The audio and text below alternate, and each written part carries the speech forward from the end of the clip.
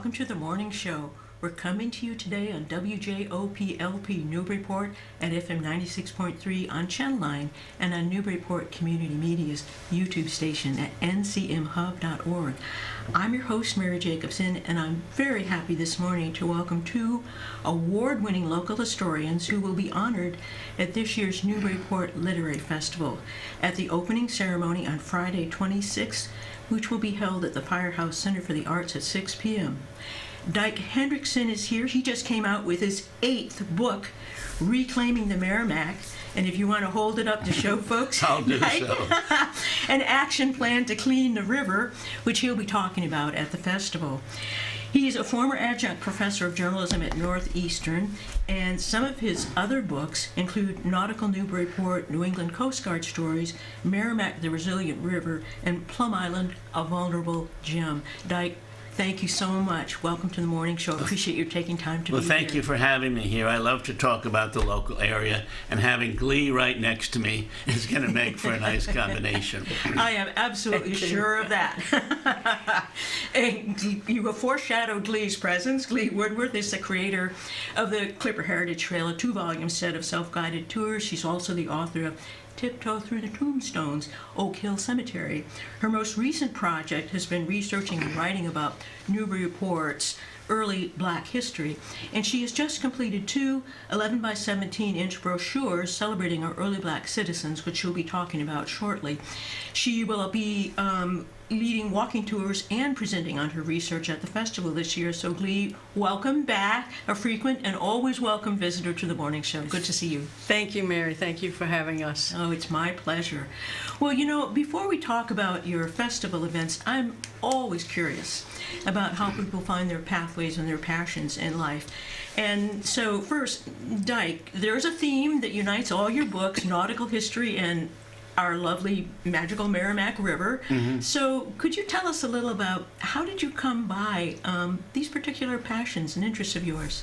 Well, that's a good question. About a decade ago, I was working with the Daily News right here in town, and it was the 250th anniversary of the community, and I launched a long series, about a 25-part series, on Newburyport over the years, starting in the colonial times, you know, what happened during the Civil War, what happened for education, for religion. And one of the elements that really interested me is the waterfront, the shipbuilding, the international commerce, and this is during the 18th century, the 1700s. Ships in Newburyport were going around the world, and it was said that some cabin boys had been to Bombay or London, but had never been to Boston, because they'd get on a vessel and be gone for 2 years. And so I thought, you know, we do have a great library, we have a great archive. Yeah. I had never been in it that much, so I said, why don't I go down there and poke around? I had written several books about Maine history, where we had lived, and so from my newspaper series, it just got me launched into something that will be made into a book or two. Well, that sounds great. And as far as the cabin boy, I mean, if you can come to Newburyport, why bother with Boston after all? I mean, who needs it? I'm a little chauvinistic. Well, thanks for that. Yeah, it kind of grew organically then out of that 250th year. It did, and you know, as Ghlee knows, there's many wonderful buildings here. Yeah. The river itself has an incredible history. And of course, the river is such a live, organic element. Yeah. You know, sometimes there'll be a new restaurant. Sometimes a fishing pier will fall apart, as happened several weeks ago. So there are always things happening on the river. Plus, the Merrimack is the birthplace of the Coast Guard, the U.S. Coast Guard. Yeah. And it is the birthplace of the Industrial Revolution from, say, Lowell and Lawrence, and some of those early textile makers that used hydropower to move their plants. So the Merrimack has a lot of nationally known elements to it. Yeah, absolutely.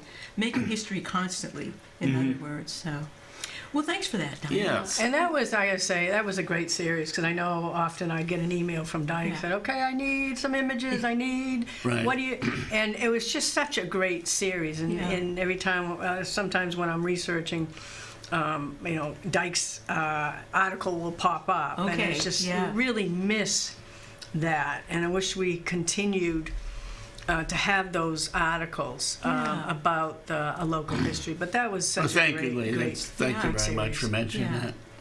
There's an idea in what you just said there about trying to find a way to continue it. So, Yeah. well, Ghlee, I mean, I know that you're a 12th generation Newburyporter, so in a way, local history is in your genetic makeup.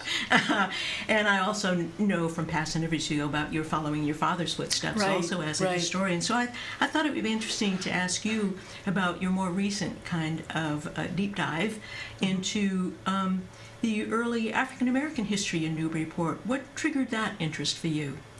There was a couple researchers. It was Dr. Carrie Poria, and I ran across her brochure a number of years ago about Black history. She produced that in the 1990s, and then it turns out that my first editor, Jane Yulsika, and a friend of hers, Rosemary Green, they extended, excuse me, that research, and they put together about 30 pages of Black history in around 2002.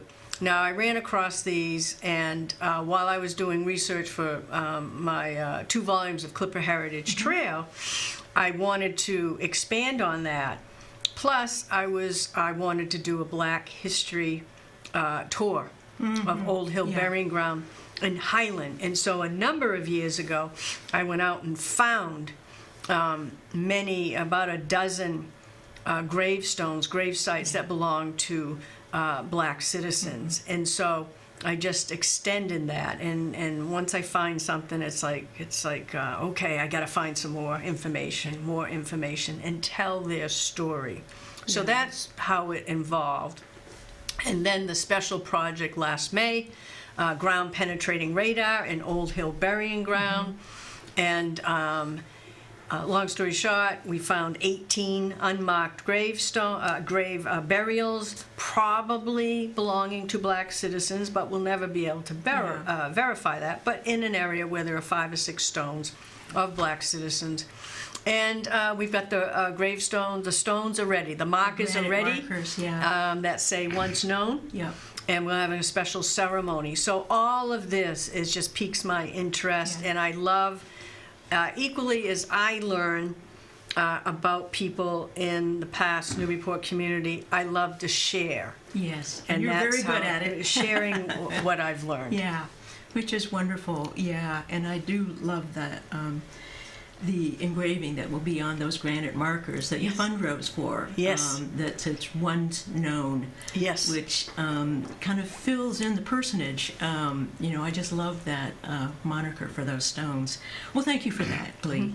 And I think it must be true of something that's the making of a historian, that you find out an interesting story and then you have to learn more. Yes. And then you need to share. So there's a natural progression there. You're being honored for local history, and so I thought it would be interesting to hear your thoughts about, why is local history important? Why does it matter for people to learn about what happened in their community in the past? Well, I think in terms of Newburyport, which we have talked a little about, it's an opening to national history. Yeah. As I mentioned, this is a lot of leaders in the Revolutionary War era came from Newburyport, and then we moved forward, and it became a leader in shipbuilding and trade. It was a world leader, and so things that Newburyport did were actually reflective of a national picture, and so that was a very interesting element.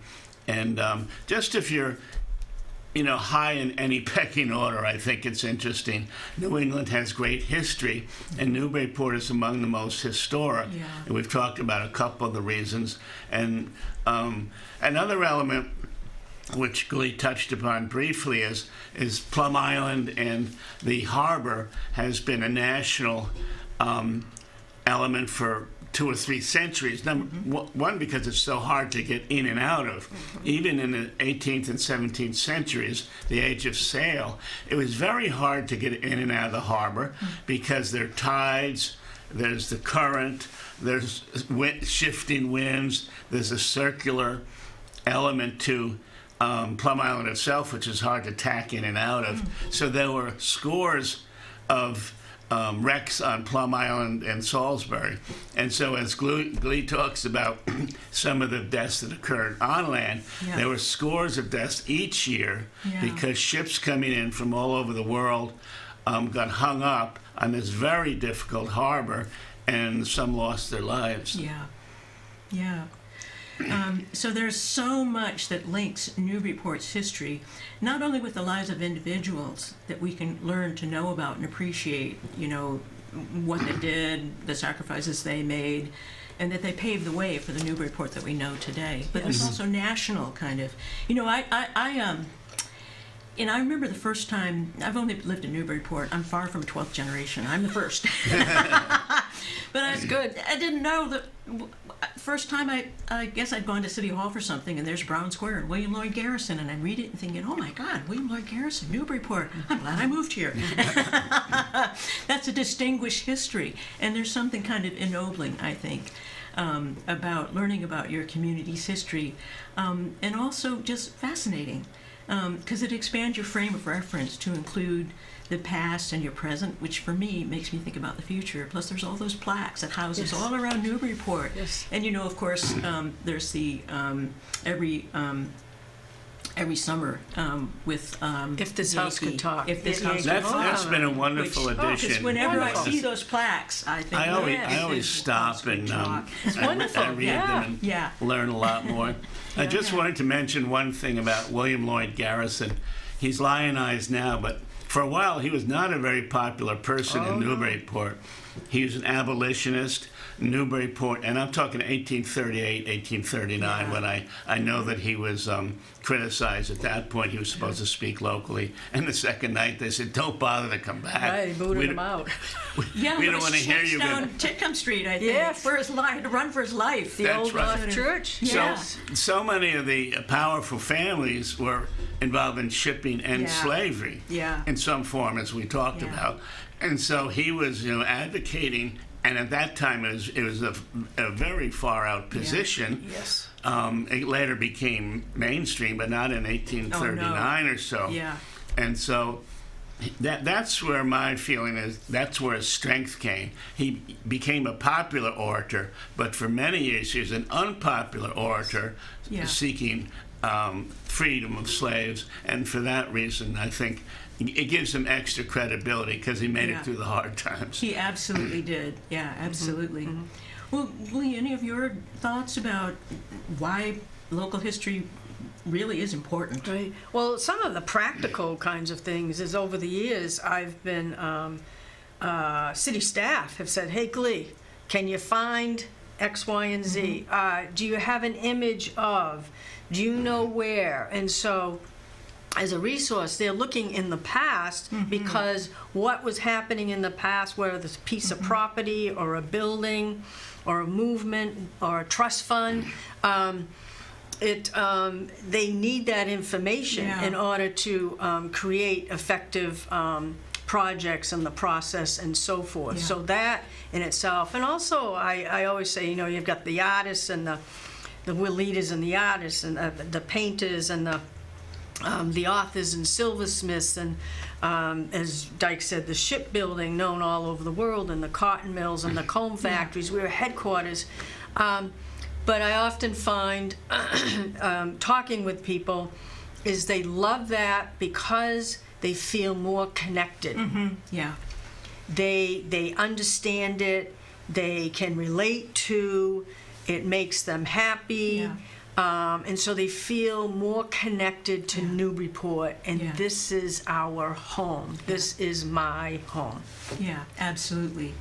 Which is a very positive outcome of the whole kind of public history movement as well, to encourage that feeling of connectedness. And often, you know, there are patterns in history that you can find that help us understand some of the more confusing aspects of, you know, how did we get here? And yet there are lots of reasons. There are breadcrumbs if you follow them to the past. Absolutely. So, well, thank you. Sometimes going down High Street, it makes just an average person interested in the history because the houses are very large. Sometimes you can read about them on the sidewalk, sometimes you can't.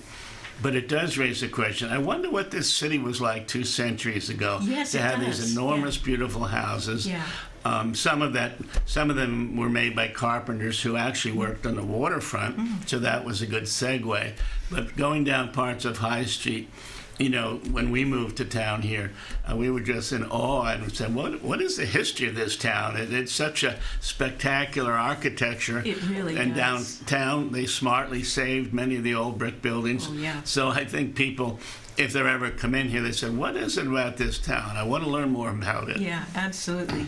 Yeah, High Street is amazing because, I mean, I've lived here since 2017 now, and of course I go up and down High Street, but I'm always noticing new houses, you know, things that I haven't noticed before. Right. And it always makes me curious about, wow, you know, was that a ship's captain? Was that, you know, it's, anyway, I do love Newburyport. What also connects the past to Newburyport is the trust funds. And everyday citizens today, organizations, are benefiting still. There are nearly 80 trust funds, city trust funds that people have left in the 1800s, maybe a little bit in the early 1900s, that still exist.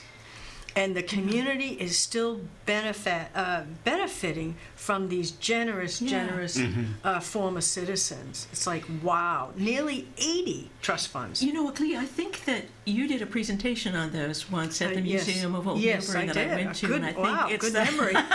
Because I think there's the gentleman, and that's part of history too, because I think it's the gentleman's retirement home further down High Street. Yes, I feel like And- Mr. Griffin. Yes, he There you made go. uniforms So- for soldiers in the late 1800s. Yeah. And he raised money, but he also donated much of his money to build the Griffin House. And his photo right there in the Griffin House to benefit local gentlemen. And about 8 or 10 or so live at that home. And so that to me is incredible. Wow. It is, yeah. Long history Wow. of philanthropy in Yes. Newburyport that still continues to benefit the community. What a so. role model these folks have. Absolutely. And could they ever imagine Lord Timothy Dexter, We were just talking about him. Yes, 1807. He was the first to establish Yeah. a trust fund, and it was for the poor. And you can still see his name on the trust fund list. And he gave $1,000, which was a lot Yeah, of money. A huge amount of money at Right. the time. He was a generous man. Which, given some of the other things we know about his ego, Yeah. All right, now, like he named himself Lord Timothy Dexter. But anyway, yeah, it's, well, see now how fascinating local history is. We're just, but I want to make sure that we get the chance to talk about your events, because the literary festival is coming up. We mentioned you're being honored at the opening ceremony Friday the 26th at 6 at the Firehouse, but you each have your own events. And so I wanted to make sure that we could tell people something about your new book, Dyke, and you'll be presenting at 3 p.m. on Saturday the 27th at City Hall. So tell us a little bit about your book and about what your presentation will include. yes, I'm looking forward to the presentation. I have about 40 slides that come along with my presentation. And the Merrimack River is a beautiful asset, of course, but it has many facets to it. It's 117 miles long. It starts in central New Hampshire. So I have slides of what it looks like in Franklin, New Hampshire, where it starts. I have slides of what it looked like during the mill era, because as we've said, for a long time, and still, the mills are on it. And then we get farther downriver, and we see some of the changes down here in Newburyport, Salisbury, Amesbury. As the river has gotten cleaner, there's a lot more recreational activity here. And so it's exciting for me to think that cleaning the river has been a major event, and it's brought more people to the river with boats. Youngsters are going swimming now, although they probably shouldn't. Parents, listen up. This is not an endorsement. But, you know, and of course, fishing has come back, and boating has come back. So, you know, history is changing before us. The river's cleaner, and so many more people are coming to the river and to the point out of Plum Island. Yeah, which is wonderful. But it has but the subtitle of your book, do you want to hold your book up again so people can see the subtitle, Reclaiming the Merrimack, an action plan to clean the river, so it's not as clean as it needs to be. And then we have I'm sure you talk about what they call CSOs, the combined sewage overflows that are a current problem. Yes, there is a problem still. CSOs, combined sewer overflows, as you say. In upriver communities, Lowell and Lawrence and Manchester being major ones, the sewage treatment plants, which were planned in the 70s, 50 years ago, they take in sewage from the factories and the houses, but they also take in excess rainwater that, during storms, it goes through the sewage treatment plant in many cases. And in recent years, when we've had so much rain, there's too much combined liquid there, so they have to let everything go, including effluent. So last year, I think we had close to 1 billion gallons of effluent coming down the river after storms. It's a stunning statistic. And an appalling one. Oh, yes. And why parents don't let those children. Right. And finally, and this is only a few years ago, the state legislature has gotten stricter on communities when you do have a CSO, when you're letting an enormous amount of sewage into the river, you have to have a public statement. You send out emails, you contact the media, you let people know. So that is an improvement. So it all comes under improvement. The fact is, it's still a dirty river. And many communities, Newburyport, as said, does not put its effluent from the treatment plant into the river, but we have scores of pipes that take the surface water from High Street or from any of these places, and it eventually gathers and goes into the river. So you have many impurities, cigarette butts, oil, fertilizer. We're trying to do a better job with that to find maybe an open field that the city can put this excess water in, so it doesn't have to go into the river. Well, I'm sure we're all glad to know that there is an action plan that you outlined in your book. So there is, but great. Mary, I must say that you have to take action to get the money. 2 years ago, there was a federal bill, $1.2 trillion for infrastructure improvements, which included bridges, roads. But part of it is to update sewage treatment plants. And, I've written about that in this book. The money is there, but you have to go after it. In other words, you, the city, or the sewage district, has to do a lot of paperwork. I mean, this is the federal government, and if you want $40 million, you gotta put in some time. But the money is there, and some communities are doing it. Lowell and Lawrence have not been so quick on the punch. I'm afraid they see this as a white stocking issue, a white shoe issue, meaning, they're having trouble in Newburyport and Salisbury, too bad. But the money is there. They can clean up, or they can start to clean up, and I think improvements are being made. Yeah. Well, I'm glad, but I take what you're saying also. There's a certain amount of political activism that may be called for in order to get a hold of that money to really address the problem, not just downriver, but upriver as well. So, well, I asked Seth Moulton, Congressman Seth Moulton, about that, and I said about a year ago, and I said, Congressman, there is money out there. What is happening with? And he said, it wasn't really off the record, but it was a candid statement. He said, well, some of these communities upriver are not on my back about this. They're not yelling at me about it. They're not concerned, saying, we don't want this going into the river. He said, I don't hear that from upriver. So, maybe as you just said, Mary, that maybe there has to be more activism, more talking with the upriver communities, trying to engage them in an effort to get this federal money. It sounds like that would be an important step to take. Yes, being proactive. Yes, right. And linking somehow their interests with our interests. Well, Ghlee, let's talk about, you have several events coming up at the Literary Festival. Yeah. On Saturday, you'll be presenting your research on African American history at noon at City Hall. Yes. Well, tell us about that, and then we'll talk about your walking tours. Well, I'm excited. I completed, as you think, okay, this is not going to take that much time. Historians sometimes do say that. Yes, and then think, okay. And years later. Yes, years later. But I'm excited. I have two 11 by 17 brochures on the Oh, Black as you're holding them heritage. up, we actually have those. Maeve, if you could bring up Glee's brochures on the screen, so those of you who are watching this on TV or YouTube can see particularly the map and how these sites are spread out across the city. Yep, there's two of them, one on soldiers, sailors, and Guinea Village, and that goes from Atchison Common all the way through the downtown area. And then the second one is Fortitude Fellowship and Entrepreneurs, and it's Upper High Street through Joppy. And it was a lot of fun creating this. My graphic designer, Paige, and I have worked together since the Tiptoe book, Oak Hill Cemetery, since 2009. And so we were able to put this in a user-friendly brochure. I knew we needed an oversized brochure because there's so much information. And they're PDFs, and they will be available in the next couple weeks on the Museum of Old Newbury website. And it'll be in a PDF.